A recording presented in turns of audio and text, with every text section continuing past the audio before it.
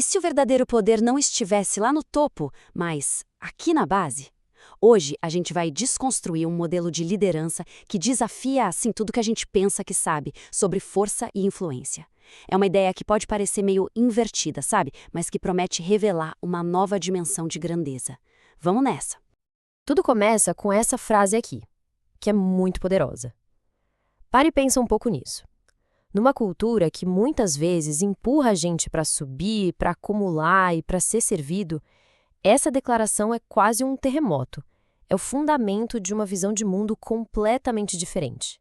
Tá, mas como é que essa filosofia de serviço se transforma em liderança na prática? A primeira parte da nossa análise mergulha exatamente nisso. A gente vai explorar como servir se torna a nova definição de liderar.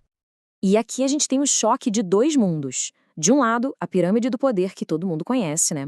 Quanto mais alto se sobe, mais gente tem embaixo para nos servir. É um modelo de domínio.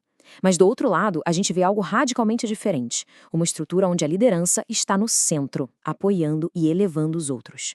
A grandeza não é medida por quem está por baixo, mas sim por quantos são erguidos. Só que essa mudança de mentalidade não acontece por acaso. De onde vem essa motivação para servir? A fonte aponta para um ponto de partida bem específico, um chamado. Vamos ver o que isso realmente significa. A palavra-chave aqui é essa, chamado. Isso quer dizer que a ação de servir não é uma estratégia para ganhar influência, sabe? Ela nasce de um propósito maior, de uma convicção de que a pessoa está ali para contribuir. A pergunta deixa de ser o que eu ganho com isso e passa a ser como eu posso ajudar. E para ninguém pensar que isso é só uma ideia abstrata, a fonte original ancora esse conceito num texto bem específico. Marcos, capítulo 10, versículo 45. É daí que vem toda essa estrutura, o que dá um peso e uma origem bem claros para tudo isso. Isso nos leva a um dos paradoxos mais fascinantes desse modelo, a união entre poder e humildade. Normalmente, a gente pensa neles como opostos, né? Como é que a força de verdade pode andar junto com a humildade? E a resposta é surpreendente. A humildade aqui não é vista como fraqueza. Pelo contrário, é o canal por onde o verdadeiro poder flui. Pensa só, o poder que precisa ficar se exibindo o tempo todo é, na verdade, um poder inseguro. O verdadeiro poder é tão seguro de si que ele pode se dar ao luxo de servir. E essa é a imagem definitiva da força. Não é o punho erguido de um governante, mas as mãos que se estendem para levantar alguém que caiu. A verdadeira força não se mede pela distância que a gente cria dos outros, mas pela nossa capacidade de diminuir essa distância e servir onde é preciso. Se o poder se manifesta no serviço, então que tipo de autoridade nasce daí? Com certeza não é uma autoridade de imposição, mas sim um tipo de influência completamente diferente. Vamos explorar esse tal de reino de autoridade. Aqui, a autoridade não vem de um título num cartão de visitas ou de uma posição no organograma.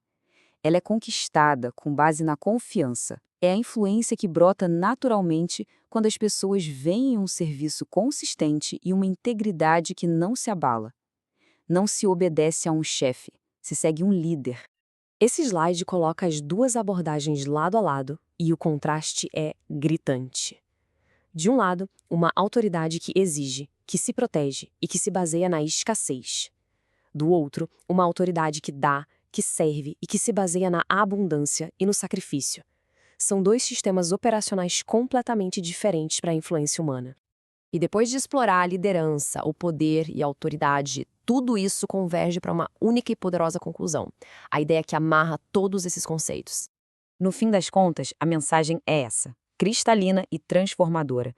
A verdadeira medida da grandeza, a régua que realmente importa nesse reino, não é poder, riqueza ou status. É simplesmente servir. E assim, ficamos com essa pergunta fundamental.